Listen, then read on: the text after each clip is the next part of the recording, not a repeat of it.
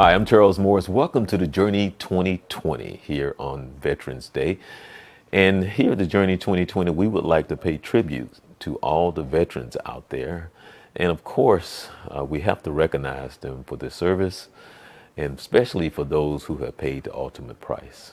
I have quite a few veterans in my family. I have two uncles that actually retired from the Army. One retired as a lieutenant colonel, and one retired as a full-fledged colonel. And actually, we call him the colonel. Even his children call him the colonel. I think he did over 30 years in the military, and we're going back to the wars that was in the 50s and so on and so forth. And so, again, we want to pay tribute to the veterans, and a couple of things that I would like to talk about, but we will later talk. We will get into that a little later. I'm Charles Morris, where we come to you every Monday at 7 p.m. We've been around since 2013 at www.thejourney2020.com. Also, want to remind you, we also come your way with the original Coach Carter with Youth Central Sports every Wednesday night at 11 p.m., where we talk about sports and a whole lot more. And Youth Central Sports is more about sports and how we can use it as a tool to help mentor and bridge the communication gap and so on and so forth. But we do talk a lot about sports as well. And for those who are familiar with the original Coach Carter, we tease and joke with him because the famous Coach Carter that we all know from the movie, they go back and forth with each other. The original Coach Carter invited him down, and he was a guest speaker at Arthur Jackson Midnight Basketball Hall of Fame dinner. And so he's a great speaker, a really nice guy, and very good at motivating people. So he has a lot of great stories. So if you ever get a chance to hear him speak, please, I promise you, you won't be disappointed. Also, remember the third Monday of every month, we have our Dr. Kathy Meeks come on, and she is our sex therapist. And so, as you know, that's always a fun show, especially when you get to talk about something as fun and as stimulating as the wonderful thing that we call sex. And so she makes it fun, very informative, but more importantly, she thinks it's the reason why she started doing the show because of the people who come to her, and she want to talk about a lot of the dysfunctions that we're trying to deal with something that is quite simple. Also, the fourth Monday of every month, we have Haki Nkrumah, who comes on from Young Fathers of Central Florida, and we're talking about child support and trying to help you jump through some of those hoops and help you save some money and not getting caught up in all the things that go on through all of the frustration and emotions and anger, and you can be very well misguided. So with that being said, we try to help you out and answer some of those questions and letting you know that there are other options and no one can stop you from seeing your child. So please tune in for that. That's the fourth Monday right here at www.thejourney2020.com with Haki Nkrumah right here on the Journey 2020. Well, if you go back into the archives a few weeks ago, I think I did maybe two shows, maybe three, but I know I did at least two shows on how we were talking about this is probably, no, it was one of the most important elections in the history of the United States of America. Well, we're going to do a follow-up because, and I know that you haven't been in a foxhole somewhere and what's been going on in Florida and in a couple other states. Well, there's a recount. And so today on the show, we have back with us Miss Christine Forrest, but also we have Russell Drake here on the show. And we're going to kind of talk about the recount and actually what goes on and what's going on through our minds, and probably be able to answer some of the questions that we may have when all of this is taking place. So right now I want to say hello to Miss Christine. How you doing? I'm doing well. Thank you for having me back on the show. Well, I talked to you the other day, and you were a little sad, even I was feeling bad, but you look good. You look good. You look, I mean, you got a Thank big smile on your face and everything, you know. So, how's things out there on the West Coast? you. It's it's actually rough. There's a lot of fires going on, Oh, and yes. there's a lot of people fleeing. We're safe. Everybody is safe where I'm at. I'm a military spouse. I'm a veteran myself. So right now we're stationed out at Travis Air Force Base, um, and there's air quality advisories, but a lot of folks have lost their homes and their lives. So Okay. All right. just Wow. keep them Wow. in your thoughts and Well, prayers, please.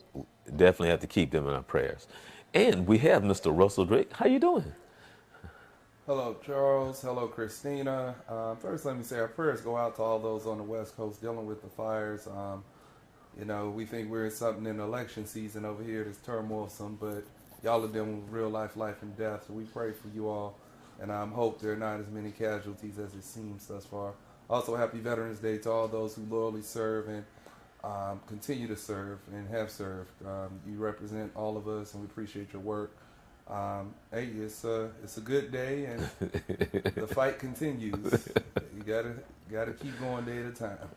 All right. Well, you know, I was talking with Christine the other day when I called her up and asked her about doing the show, and at the time, she told me she was a little bummed, at the time, and funny how it is, life has a way of, I guess, getting us to realize, sometimes when we think certain things are in control, then we realize, well, wait a minute, there's hope. But let's go back. Let's go back. I have both of you guys on the screen right now, so just That's fine. so um, let's go back with the start of this. Well, first of all, let's Russell, you're the president of the local Black Caucus here. Yes, in Oh, Orange County. okay, Christine, now remind us how you associated with the Black Caucus here in Florida. I'm a member of the Santa Rosa County Democratic Black Caucus. It's currently run by Sandy Smith. I was the founding first president of the Santa Rosa County Democratic Black Caucus. Even though I'm on the Coast, because we're a military family, I am a Florida voter. And so I'm still an activist, still very, very active in what's going on. Okay, now tell us how you associated with the Black Caucus here in Florida. So I'm the Orange County branch president, serving now for 3.5 years in that capacity. I'm also the statewide first vice president, serving in that capacity for about 1.5 years. Okay, now tell us, in either one of you can answer the question, why is the Black Caucus so important, and what are the things that the Black Caucus does here in the state of Florida? And you can answer that however you want to. And I'll take a stab at overall the Black Caucus is here, one, for advocacy for blacks across the spectrum, and not the African American caucus, but Black Caucus. So that encompasses persons who may be African American, Haitian American, Caribbean American. You got Black Mexican, Black Puerto Rican, Black, Black. And not, so we're not limiting African American, we're saying Black. And we bring all our issues to the table and to the Democratic Party. We also make sure that there's fairness shown across the board for persons who may be in elected office or pursuing elected office. And we provide, more than anything, an educational platform so that people can learn. See, if we educate enough people, then we won't have to campaign so hard. People bring to the table who they want to be in office. Also, they'll be aware of more issues. It's we do edutainment because so many people don't want education without the entertainment.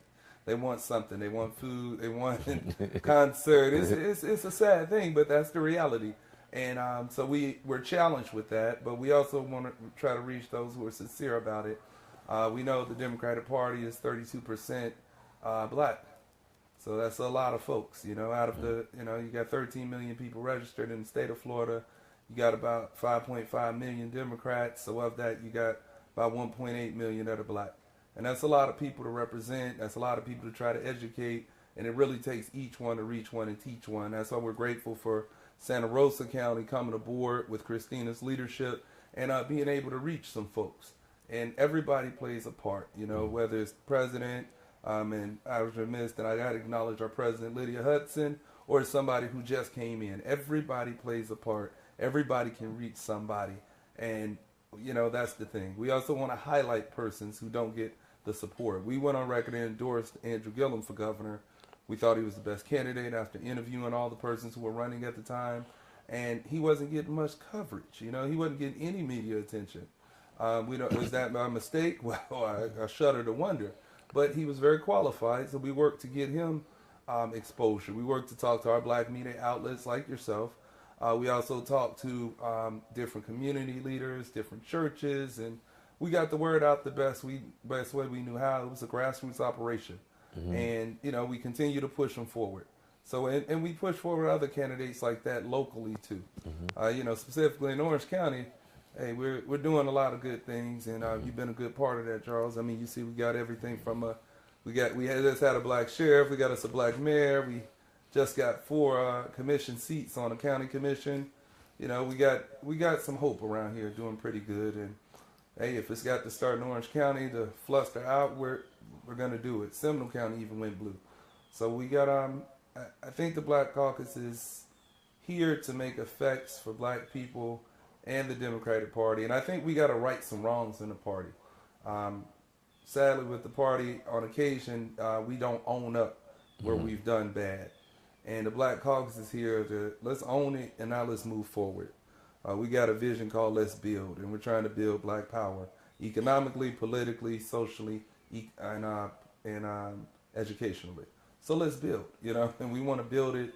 We want to build it everywhere in every county, from Orange to Santa Rosa to Duval to Dade. Okay. Christine, I'm going to come back to something that he made a comment on, but I want you to, did you have any comment to the questions about the Black Caucus, the importance of it, what part that you play?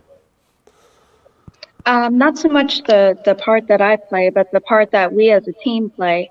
With the leadership of President Hudson and with the leadership of Russell Drake, this is truly grassroots efforts to bring everyone's voice forward. Voices, and that was part of why we had such a strong push in the Panhandle, because our voices were being shut out completely. We had no networking with any other part of the state.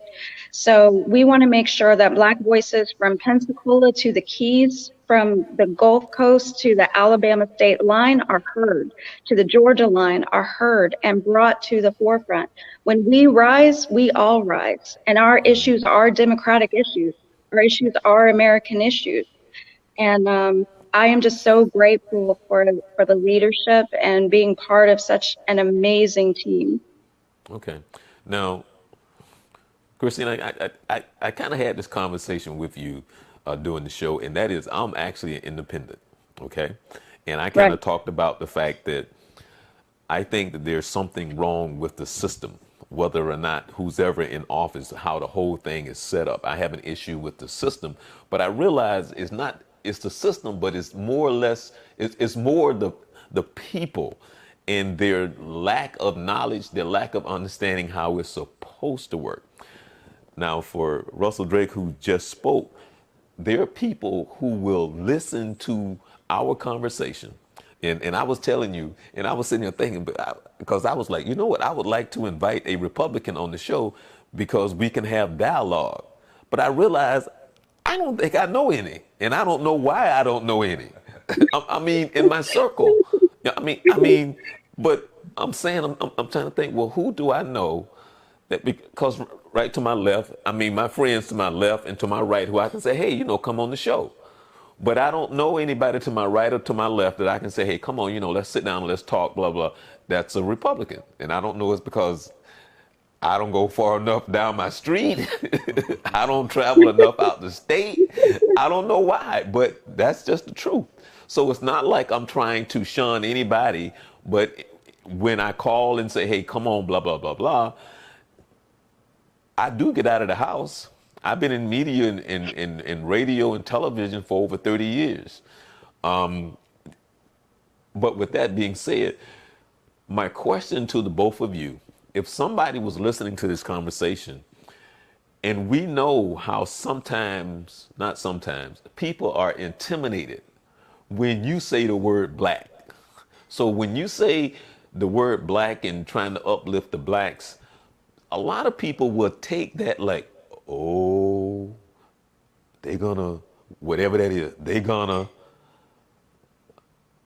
because they can be easily intimidated.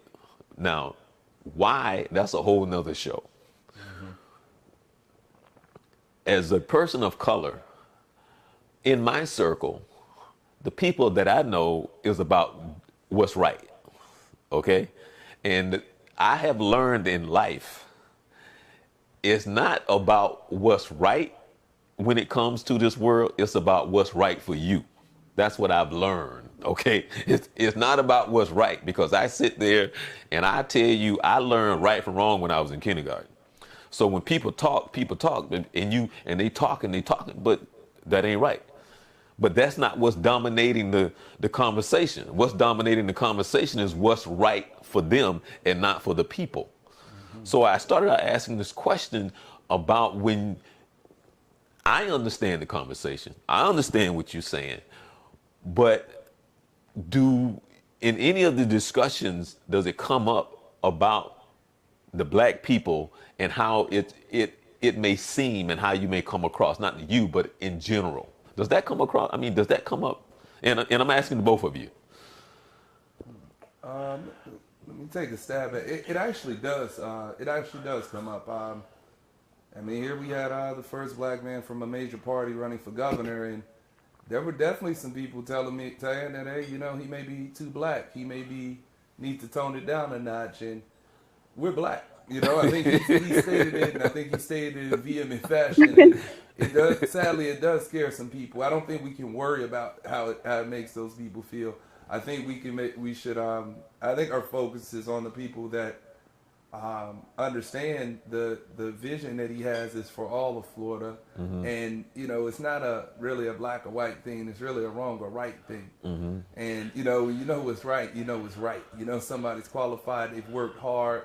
They have a platform when they're moving forward, running for governor. After running a year and a half, they have a real platform that you can read about and they can talk about, and not just talk about others. Then it's like, this man deserves a chance. Or if you have a one man in Georgia that deserves a chance, I think you have to get over the things that because we're black and we've been for centuries placed down in a semi-tier system, dare I say, and more blacks are doing well, getting educated, getting their own shows, exercising liberties. We hold these things to be true and self-evident, as they said, endowed from the Creator, life, liberty, and the pursuit of happiness. Somewhere in there, in that pursuit of happiness has to be blacks being treated equal and being able to attain the same things as everybody else. And when they do that, I feel like there are some folks that feel like their entitlement is going away. That they're no longer, they're no longer going to receive any special treatment, that it's an equal playing field. So, and that's the reality. Well, Christine, you've been quiet. You're being quiet. No, I mean, I just agree with what Russell said. And I think it goes sometimes even deeper. So like some people may not have a problem. A lot of people may not have a problem with, let's say, the Hispanic caucus. But when you say the Black caucus, all of a sudden people have a problem. What folks either don't care to realize or what they may not understand is that, there was so much taken from us, that we are descendants of slaves, that's the only method that we can identify. So we can't have, let's say, the West African American Democratic, because that was taken from us. So as descendants of slaves, as Black people, and as part of people who come here who are still lumped in together, who may not be part of that, but get treated the same way, I I don't know. I mean, I think we stand for who we stand for, and I think we should be proud of that. Well, there's so many times that I'm doing this show and there's a discussion, and then I always say there's a show in the show. Because how we have gotten to the point, to the topic that we're talking about now, that's another show in the sense of how the world is so intimidated by a person of color. And that whole thing in which we've been labeled through sheer ignorance and racism. And there's this thing in which I try to, because I mentor kids, and a lot of times I have conversation, but in general there's a spirit that is real, and that spirit is so alive, and that spirit is about separatism. It's about making you believe that you're something, that you're better than somebody. That spirit is about looking at somebody and telling yourself that you're better than them, and they will always be lower than you. So that spirit is strong, that spirit is real, and you can be any, and I don't have to, I'm preaching to the choir now. I don't have to say this to you two, but you can be any other color but you cannot be black in this world, because you can be any and everything. But the moment you say the word black, all of a sudden it's you just go to a whole nother category. No matter how intelligent you are, no matter what you have achieved, no matter what your success is, no matter your intellect, but somehow or another, you just not this, So with that being said, and I know with all of that and where it started from, and the problems that we continue to deal with within ourselves, because that's the major problem we have, that's in ourselves and how we look at ourselves, which is another show. Which is another show. It's because it's so deep. And it says so much about how we look at ourselves. And I say this, unfortunately, a lot of us have accepted it and believe it ourselves. That's one of our major problems. We have accepted it and we believe it ourselves. Now, with that being said, let's go back to the start. When you started campaigning for Gilliam from the grassroots, what was that like? Because you briefly touched on it, and I'm asking the both of you, what was that like when it originally started? So when we voted at our state meeting of the Black Caucus at the end of April to unanimously actually endorse him, but we didn't get the official announcement out until close to the end of June, say mid-June.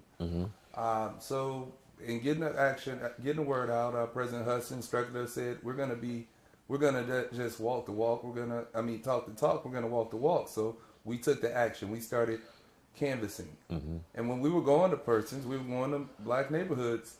Persons didn't know it was a governor election. Persons didn't know who Andrew Gillum was. Right. They didn't know anybody running for governor. They thought Rick Scott was running again. They didn't know he was termed out.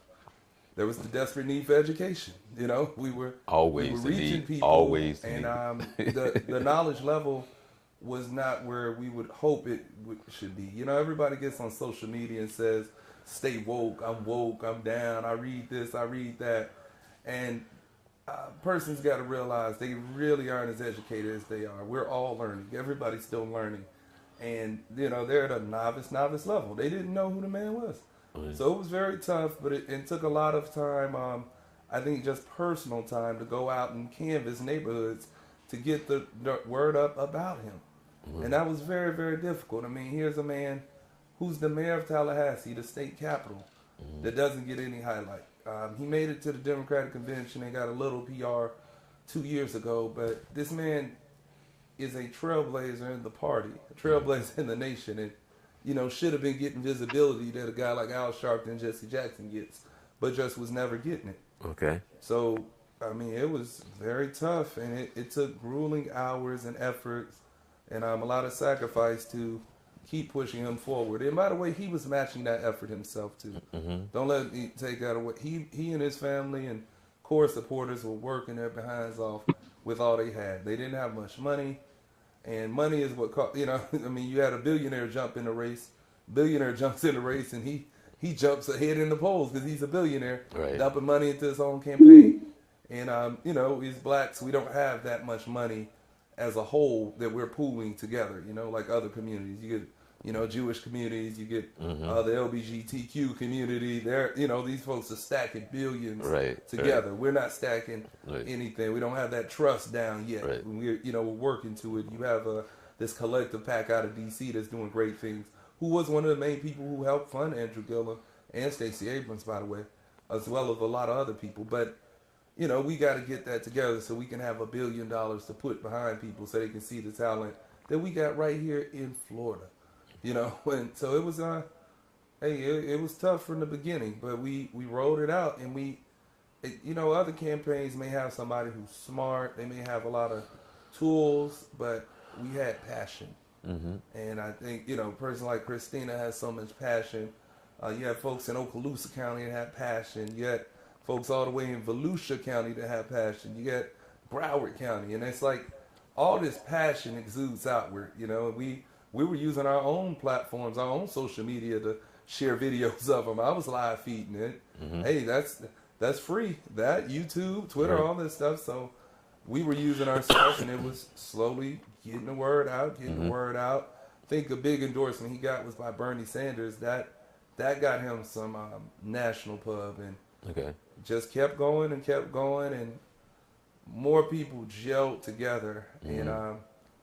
And it takes a lot to say I'm supporting this guy that doesn't have money and has the slimmest chance of winning by the polls of people that vote frequently, but they say I'm going to vote for him anyway. And that's daring to be different. And so enough people dared to be different, and he defied the odds and became the candidate. Okay. And I think I saw him about 4 days after becoming a candidate. He was at Tom Joyner Morning Show. Mm-hmm. And I remember I saw him in the hallway. He was getting on his golf cart, and he saw me, and he hugged me and kind of just dropped. And it's because I knew, it's like, the struggle, black man. You've gone through it. Some other people from around the nation just think, oh, yeah, he glassed in there, but no, life for him ain't been no crystal stair.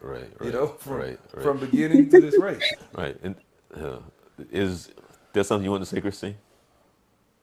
Just that Andrew Gillum is by far one of the most amazing candidates I have ever met in my life. I mean, he is one of those once-in-a-lifetime candidates, just phenomenal, absolutely phenomenal. Every issue, every stance, it was founded in making Florida better, making all of us better. And it was genuine. There was nothing fake, nothing scripted. It was genuine, and it was real, and he had a plan of action. Just an amazing, amazing candidate. And I'm not giving up hope.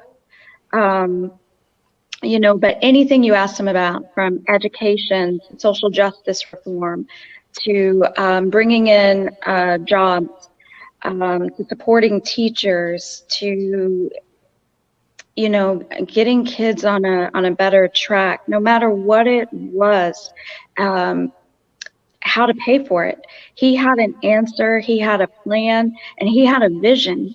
For once, we weren't fighting.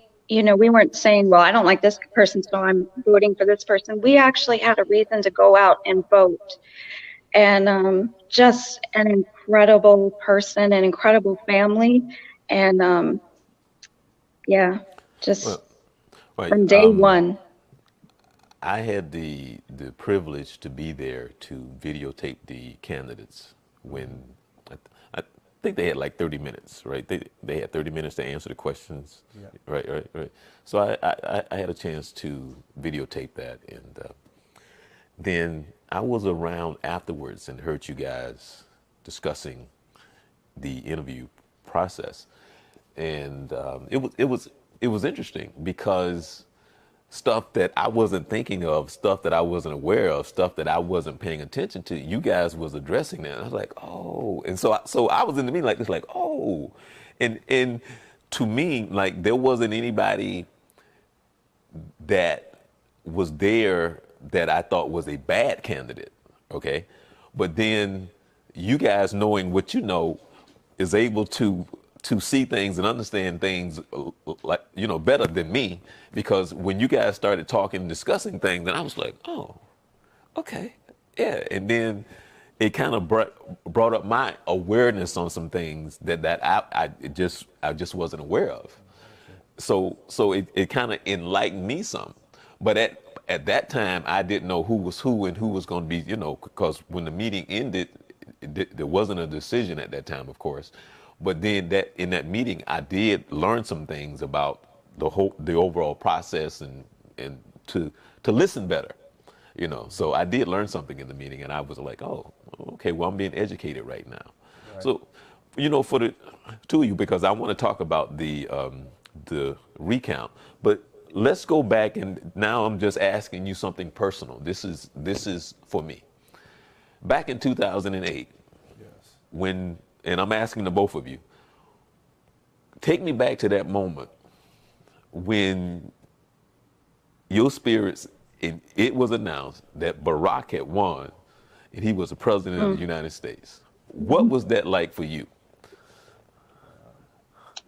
So I'm gonna think that's got to be November 4th, 2008, Tuesday evening, probably shortly after 10 p.m. Okay, well, I mean, he got the time, the date, and It's moments like that you don't forget. At JJ Whispers, JJ Whispers, and they were having the watch party, and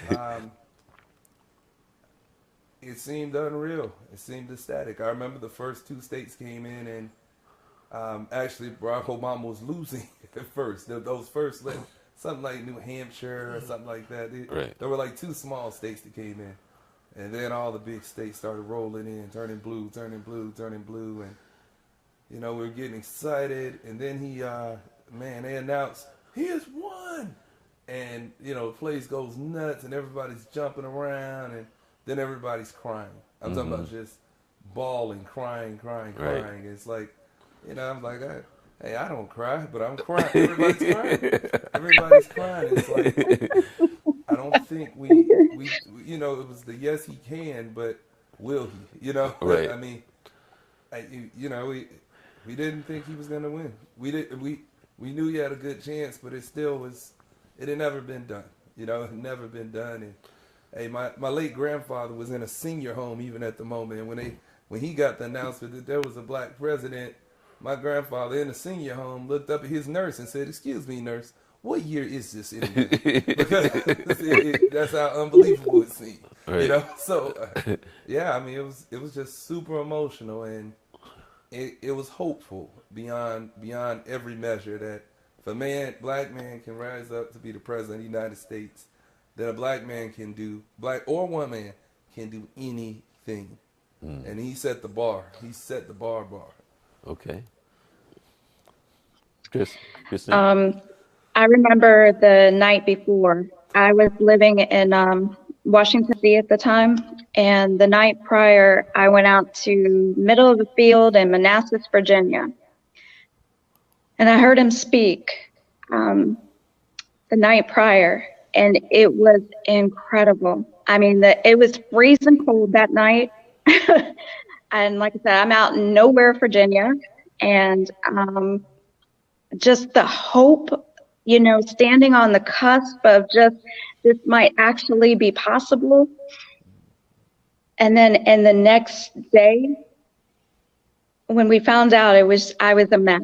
I was just on the floor bawling. I couldn't believe it. I was calling everybody. I was just elated, just absolutely beyond belief elated. And then my husband, who is active duty, actually got to march in his inauguration parade, and I have never been more proud in my life. I want to share something with you, and normally I would have the video up on the screen so Russell could see it. But Russell, what I'm going to show right now, Christine can see it. Christine, tell Russell what we're looking at right now. A beautiful picture of a whole lot of Black female judges that just got elected. That's from Texas.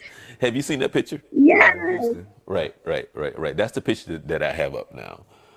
And again, seeing these beautiful women of color, of course, there will be some that will look at that picture and saying, because when they like, oh, these black people getting together, so it must be something bad gonna happen. But in reality, the beauty of what that is and what you were just talking about with Barack becoming the president and this right here in Texas, which gives us Yes. hope. Yeah. Texas people, which is one of the, I think the second largest county or something like that. It's a big part of Texas. Yeah. Right. And I'm asking you along with that, and when you see that again, how does that make you feel? I think it's inspirational. It makes us seem proud. It sets an example for our youth first and foremost, who need examples desperately, beyond the social media and videos and superstar athletes. They got examples Yeah, right there. That exactly. These women are excelling, and they're and they're at a high level. They're not mediocre. They're at a high level. They're approachable, and it says, I can do that. I don't have to resort to doing the same thing that that my grandparents did or great grandparents did, and it's like everybody wants an opportunity. If you can do it, excel in it. And they said, I mean, that's so powerful. I think I saw in Alabama something similar a couple years ago, where a lot of black female judges were elected. I know when President Barack Obama was in office, he appointed a lot of federal judges who were very talented and black and looked over often. So I think, I mean, it's a great thing to do it. I mean, it's so many great things that happened on Tuesday, this past Tuesday too. I mean, we got all the way in New York. You got the first black attorney general in the state of New York. You got in California, there's always some groundbreaking stuff happening around the state. I mean, right here in Florida, in Orange County, again, we got the first black mayor in Orange County. We got the what is it? The first female elected in House District 44, and State Senator Geraldine Thompson elected to the House of Representatives. She's the first black and the first female elected in that area, in that Windermere area. She won a tough election, and everybody said, "You will not win. You will not win." She wrote it out, and she won. Okay. I mean, everybody told her she was going to lose. She never stopped. So I think it shows persistence. There may be some bad things going on. Looking at the grandiose level, at the 45th president of the United States. I don't even got to say his name, but there in other places, there's some great things happening. There are a lot of people being awakened. There are a lot of people stepping up. In the state of Florida, we had double the turnout in the governor election than we had 4 years ago. Yes. So that's a powerful thing. Yeah. There is some improvement. Okay. There's other opportunities to get better. So but hey, we have to be proud of some things. I think it's worth highlighting good things. It's worth learning from them, and hey, we got work to do. We still have work to do, and when everything's said and done, when anybody's put in office, it's still work to do, and we got to realize we have to do it. Okay. Christine, that picture, what does it mean for you? Everything. Absolutely everything. It means a change in social justice. It means something beautiful when, you can walk into a courtroom and expect justice or hope for justice and see folks that look like you. That's beautiful and long time overdue, very long time overdue.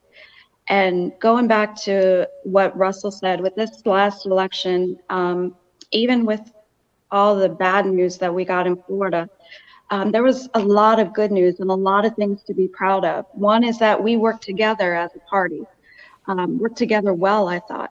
Had an incredible grassroots effort where no county, no precinct was untouched. And and where we were united. And I am really, really proud of that. And where we had record turnout and voting. Um, all the numbers aren't in yet, so it's hard to speak on, but we do know we shattered records and that we still have room to improve. We still have room to build on that. And Amendment 4 passed. Amendment 4.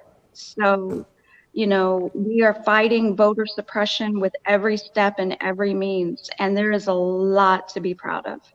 Okay. Now, I'm going to let's.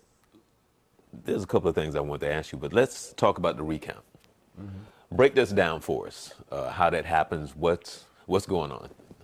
Yeah. So with the statewide races, a recount is automatically triggered if the person in the lead is only in the lead less than 0.5 percentage points. Okay. So that triggers an automatic recount by machine, and that means every county in the state has to get those ballots, and they better have those ballots and put them in the machine, then count them again and count them again, because they think there's a close margin of error that can occur. In 2000, in the Gore election, when they did a recount, the recount was only in certain counties. Okay. And so it would say like 2 or 3 counties, and actually they stopped. The Supreme Court ordered it stopped. It was a federal thing, and they stopped it. So I still don't know why I don't know. I can't neither confirm nor deny why they stopped it, but they stopped it.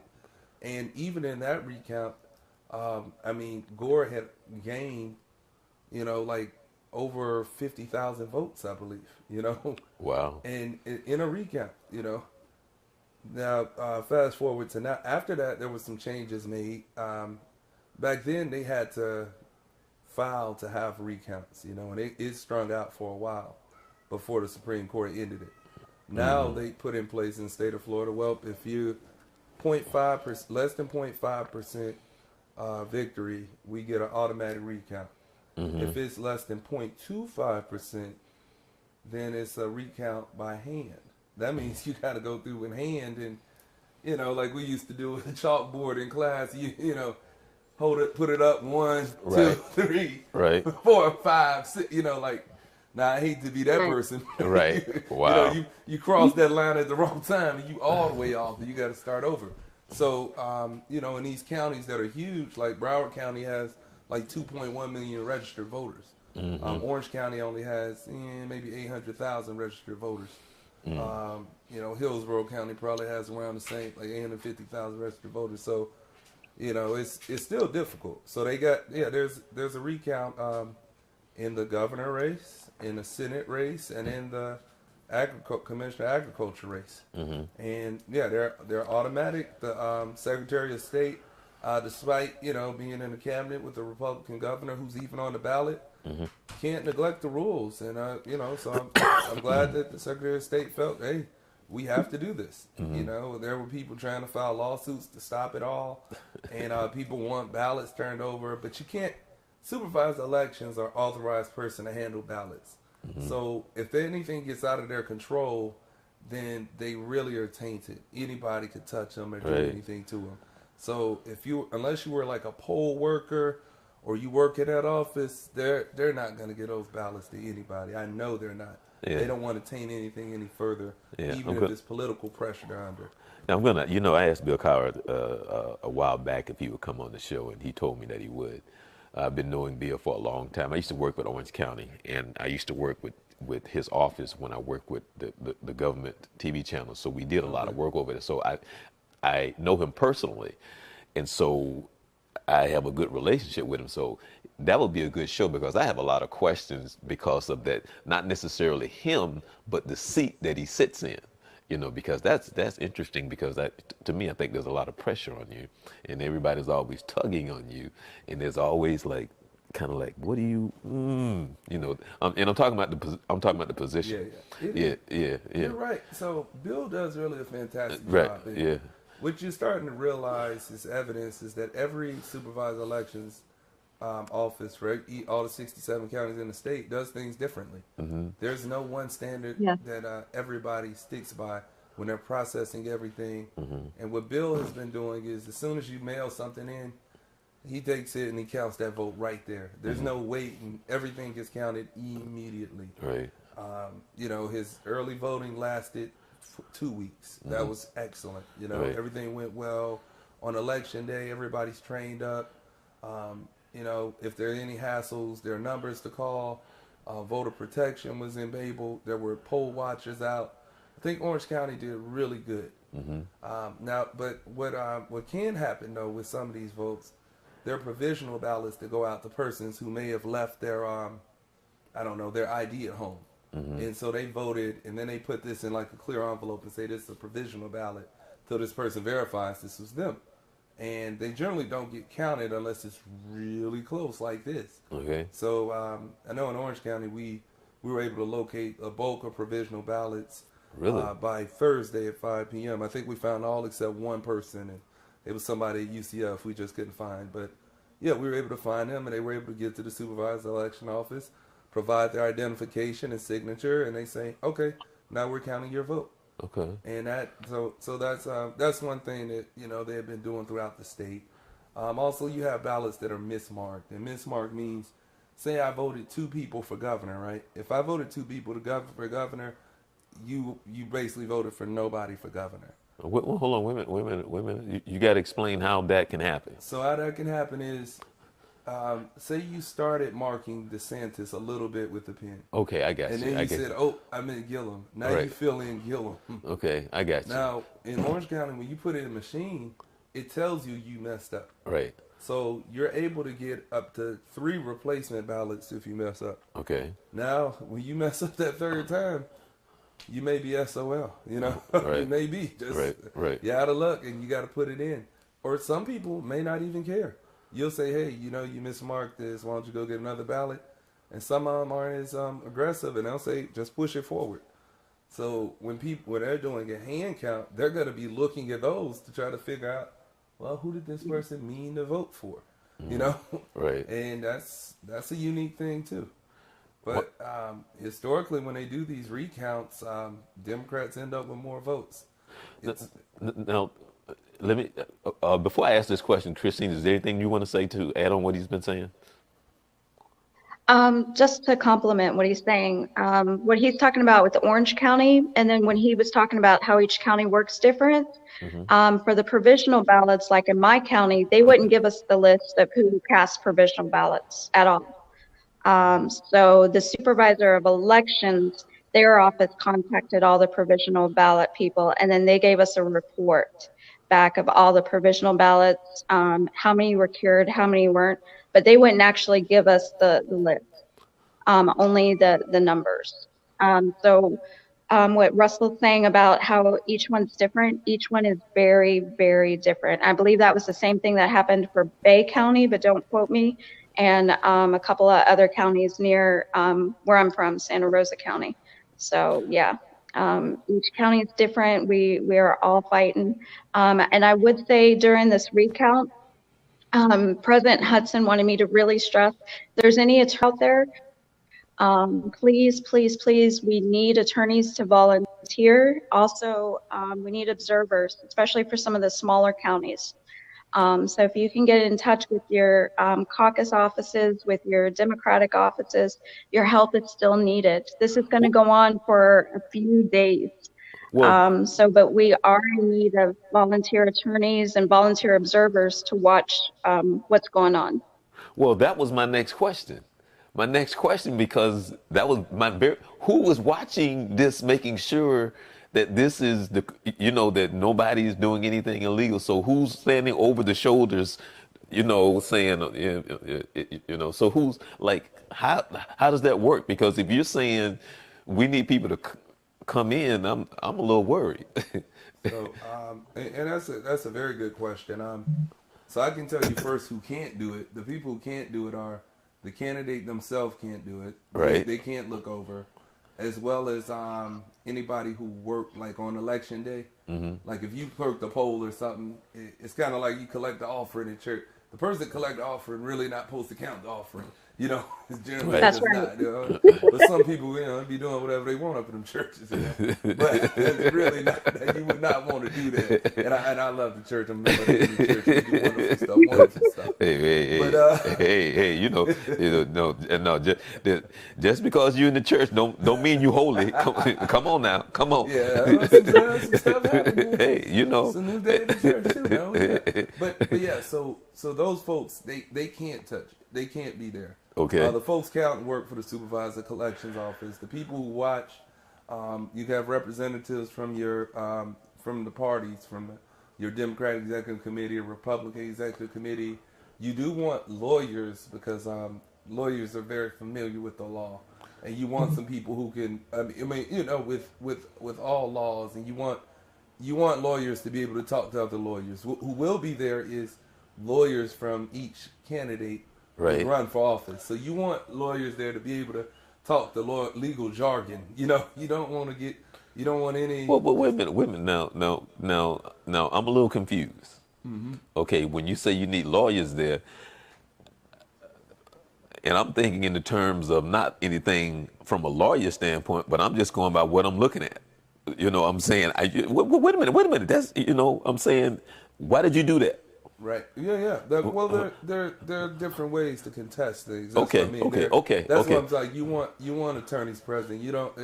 It's like we can. No. I get that you want the attorney there, but I'm saying for those who have eyes and plain common sense, Right. can also now you can get to where hey, we need a lawyer coming here, but I'm just saying you can have somebody there that understand, this is right and this is wrong as well is what I'm trying to say. Right. Yeah. I think you want the lawyers there more so for advisement. Right. Right. Yeah, you want them there for Yes. advisement. So then but Yes. each candidate, you want a couple of people to watch for them. So from the commissioner agriculture campaign to the Senate campaign to the governor campaign, they have to have different people. Can't be the same person for each of them. Okay. And so in the counties that seem like they're big and blue, like Orange County, it's not hard. It gets harder in some counties where there are fewer Democrats, fewer people on the same page, and some people just afraid to come out. And there are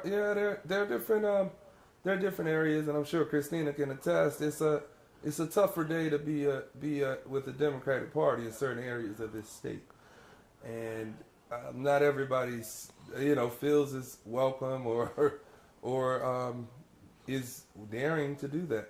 Okay. And it's like I think I'm blessed to be in a blue county.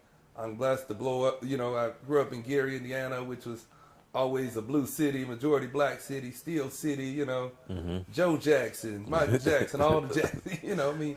And went to Howard University, Chocolate City, and then came down here. So I've been around blue stuff my whole life.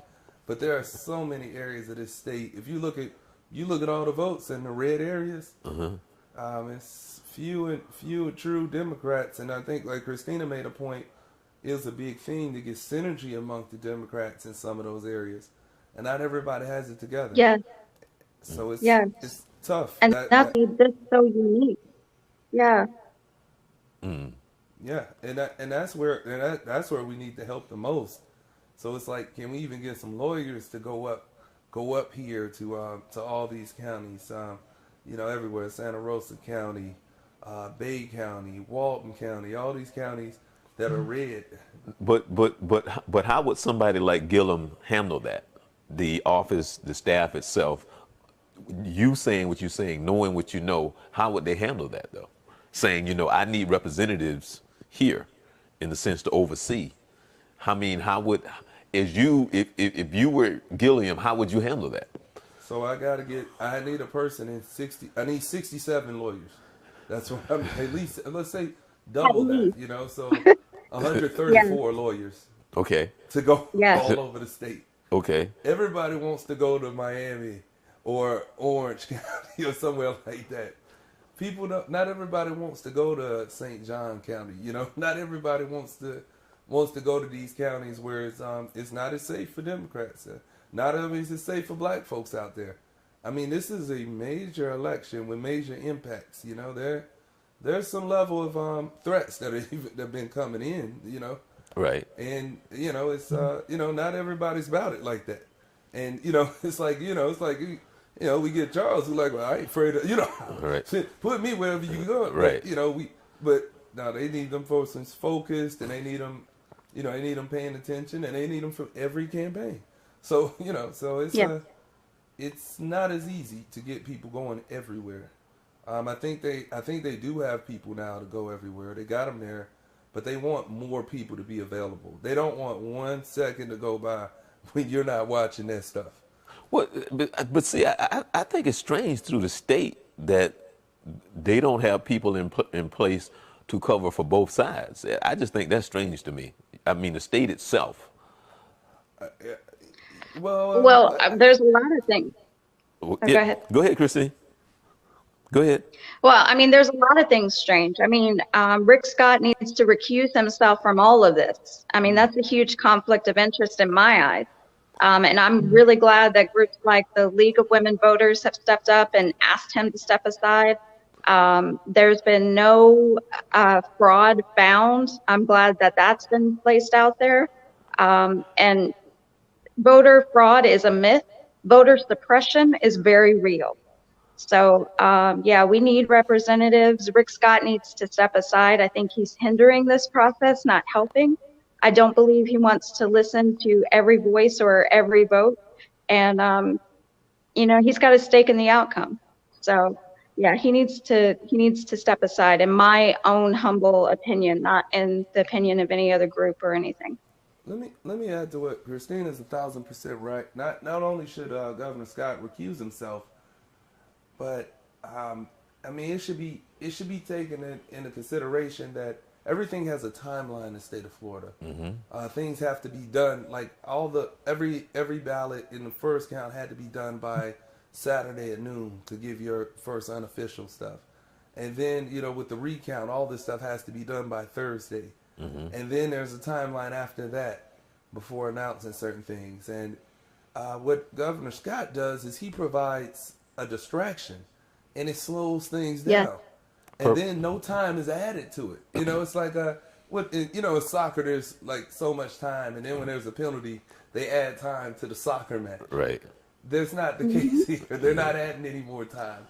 And he knows if he can make as much of a stink, use all his media outlets that he's gotten connections. He is the governor, Right. and just stir up enough stuff, it can cause distraction. It could delay them trying to sue the supervisor election. Now the supervising crew have to do some other stuff when they could be counting votes. Right. And it Exactly. is sad that Broward And that's County wasn't able 24/7. to count I all mean, those votes. And to their, I will say this: they had a ballot that was 5 pages long. That's longer than most people. In Orange County, our ballot was 3 pages, but they had 5 pages. That's a lot more, and it was double the turnout. So, if we had double the turnout here in Orange County, say 400,000 people voted, but say down there like 1 million people voted, and that's 1 million and 5 pages, that's like 5 million pages. That's tough. Right. That is tough. Right. Now, what I don't know is the execution plan. I think, to me, and seeing what came in August, I just would have tried to prepare in a different manner. And I don't know. There definitely are financial limitations to all of us. So it could be financial, it could be people, it could be training. There's a lot of things. They hire a lot of people every election cycle. Right. But there are a lot of people that have been getting jobs on their own. So thanks to President Obama's hard work that's trickled down through the years, it's tough for those people to say, I'm going to leave my job to come work at the election poll. Right. So it can Right. be tough. As far as, I've been seeing talking about ballots found at different places. I have no idea how that occurs. That seems just not just inexcusable, but inexplicable. Because what happens here in Orange County, you have to turn all this stuff in at the end of the night, and there's a checklist, and they give you a receipt, and you have to keep this receipt. If you clerk the poll, you got to keep this receipt, because if you lose it and they say you didn't turn something in, oh no, it's right here. I turned it in. Right. And I don't understand how they didn't check that off. I've heard of, I've seen factually like 2 things they found, and there could be more ballots that have been sitting out there that aren't counted, and they won't get counted because they've been out of the hands of anybody who's a trusted agent to have them. So they could be tainted. But Anybody in theory could have done something, even though maybe they didn't. But it all seems strange, and there is a level of suppression, as Christina alluded to. It's I don't think there's fraud, but it's suppression not to count the votes. If the people voted, let's count all their votes. And yeah, it could Yes. be detrimental to your career, your campaign, but let every vote count. You know, every vote needs to count. Actually, in Orange County, they had a rally Friday demanding that every vote count. And the NAACP was out there with a shirt that said, "Vote, our lives depend on it." And if the lives depend on it, and voting is our voice, let all the voices be heard, right? And it is interesting though to see that Governor Scott only got worried when he got to the point where it looks like he could go through a manual recount. I shudder to wonder what they find with some of those machines. You know, Right. I mean, the machine is man-made; it can make mistakes too. Right. So Right. I don't, everybody Right. says they're not doing nothing. They're not trying to do anything that's illegal, and they may not. But again, that governor is the governor. You know, if All they right. were in a powerful position, Right. Christine, there was a couple of times you wanted to say something, and I could tell. I'm good. Well, first of all, I want to agree with everything Russell said, 110%. And I would also add what seems strange about Rick Scott and some of the others who are complaining and screaming and doing everything, saying that everything's all messed up. What I would say is that the military overseas ballots aren't even due until November 16th. So with margins this close, I'm surprised he's not advocating for those military ballots to have been received. So yeah, he needs to step aside. He is definitely not Wait a about minute. counting Hold on. every voice. Wait a minute. Hold on. Wait a minute. I'm totally confused right now because this right here sounds like a whole nother show based on what you just said. Because that right there makes no sense to what you just said to me. Wait, Right. say that again. So those who are serving in the military who are stationed overseas, I got their that. ballots, they have to be signed and everything dated by election day, but if they put them in the mail, their ballots, if you're serving overseas, are not due until November 16th. What? So But wait a minute. Hold on. Wait a minute. Hold. Russell, help me out. That makes no sense. Help me. Help me. Well, here's what happens. In general, what happens is there's almost an estimated margin when they declare winners Right. in elections for the most part. So those military votes generally do not get counted for over a week after the election. They get counted, but it generally doesn't affect the outcome as much. So Wait, but see, what you said as much. Yeah. That's what I mean. It's like You said as much. Yeah, But right there alone, there's something wrong with that. Yeah, but like the final numbers, let's see. I know in 2012, in the presidential election, those final numbers weren't done till almost Thanksgiving time. I know that. I mean, it's like the right, for the numbers kept certification. increasing over time, but that result didn't change. Same thing in the governor election in 2014 and the Senate election in I know it's in 2016. It's weird stuff, right? But that's the system that's in place right now. And we want our military to be able to vote, and it is harder for them to mail ballots back. We know this. If you're in a war zone, it's not going to get here. Okay, now. No, it's not. No, it's not. If you asked them to vote earlier, They get their But ballot, that's not the way our law works. huh? What was that? That's not the way that law works. So they No. can vote. No. I got that. But what I'm saying is, if this is the issue, and evidently this is coming in the way that it is set up for it to come in late, there's something wrong. It can be fixed if they want it to, is what I'm saying. Oh, I agree. Yes. It's fixable, especially right now. It's fixable. In 2018, it's very fixable. There's a lot of better methods they can do to get the military votes in. That's crazy. And sending them out. I know it's a tighter window from the primary to general. You got to reformat stuff, but you know who's on it. You know what's on it. It's not always as difficult.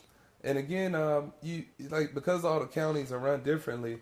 When Orange County gets their stuff out, it may not be the same time that Broward gets theirs out, or Hillsborough gets theirs out, or Duval gets theirs out, and that's why they have that range saying, it doesn't have to be back by the 16th till the Okay. 16th.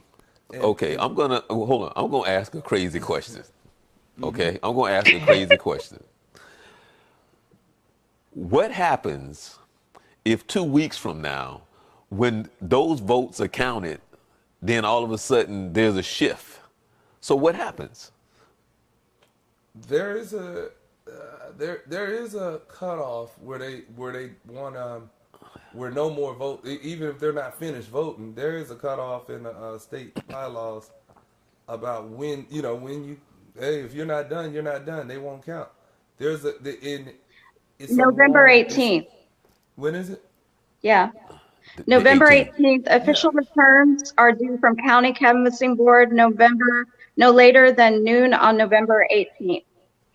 And So then on the 20th, Election Canvass Commission meets to certify the official returns for federal, state, and multi-county offices at 9 a.m. on November 20th in Tallahassee.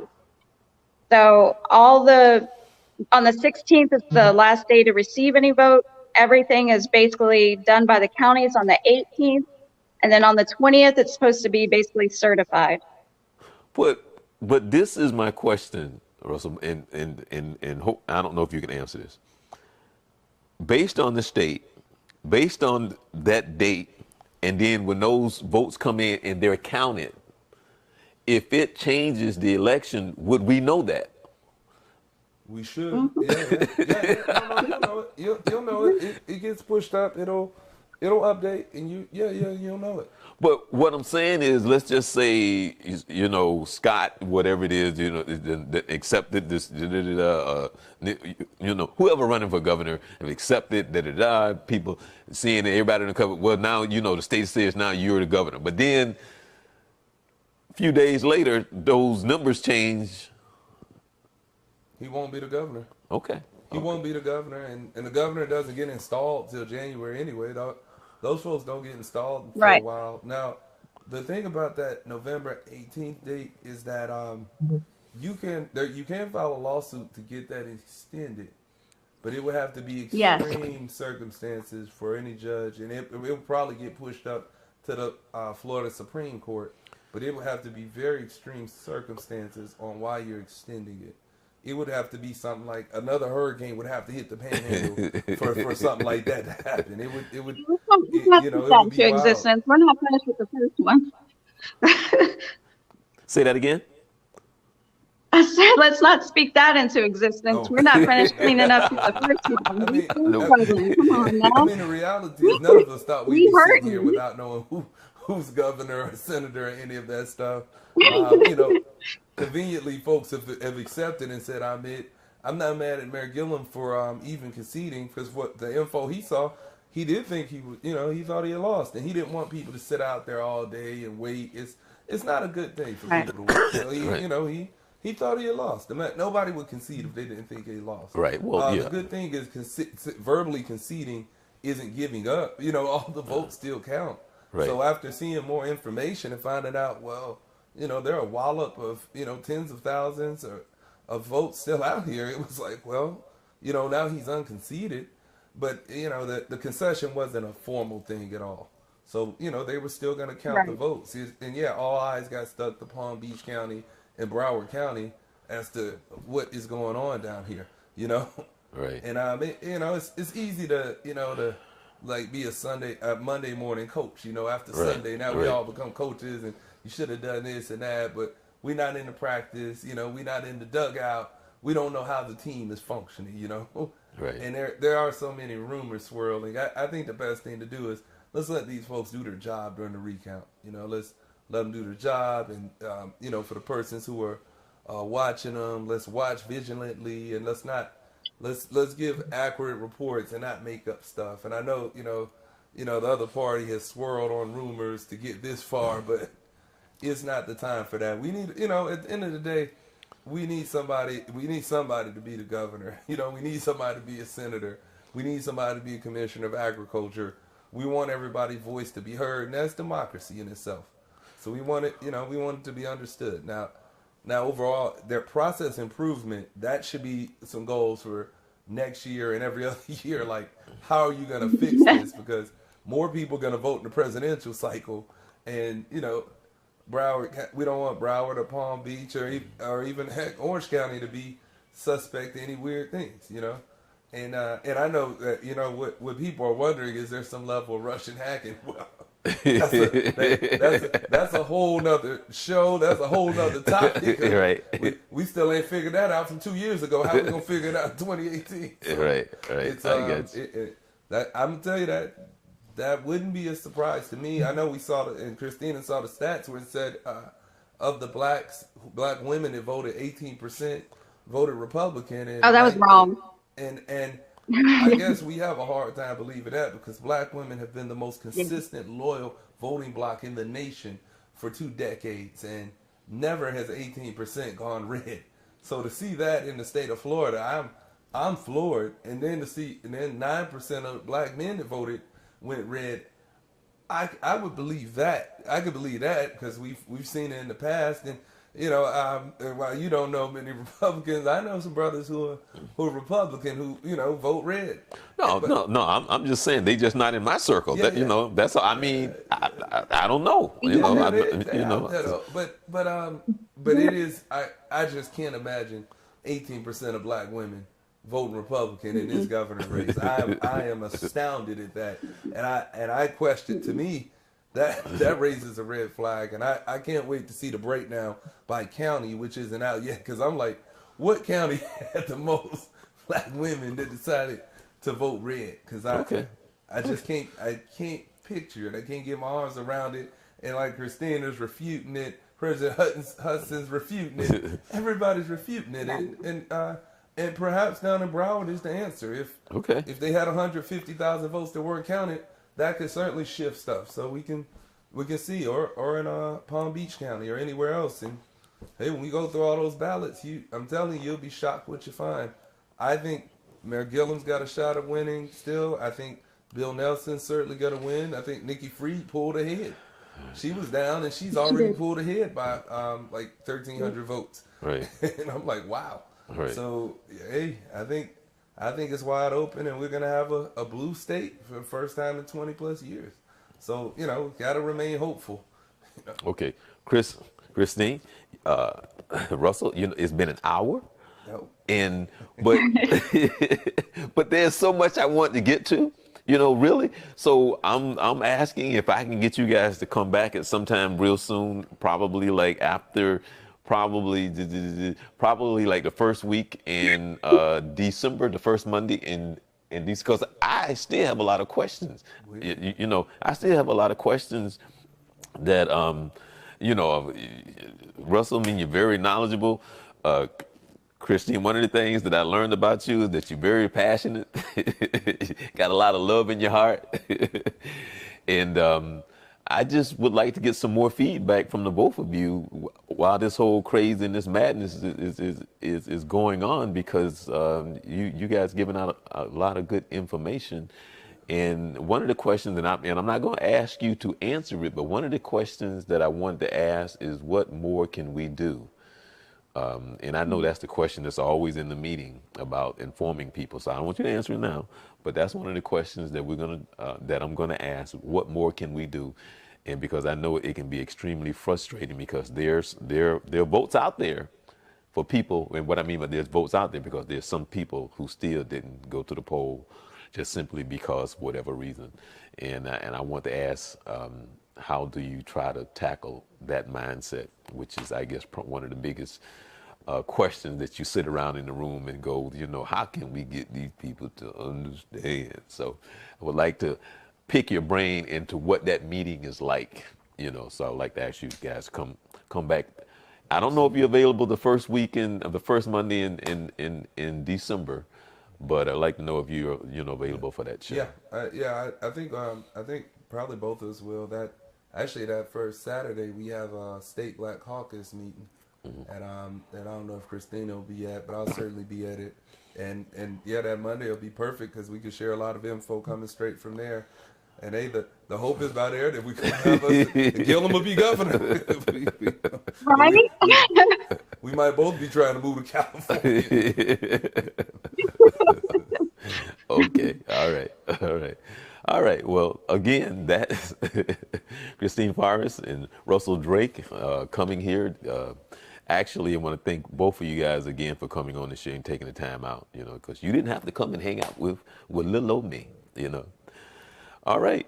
With that being said, I just want to say, again, everyone, happy Veterans Day. And again, Christine, I don't know if I did say it to you last time we talked, but thank you for your service. Thank you for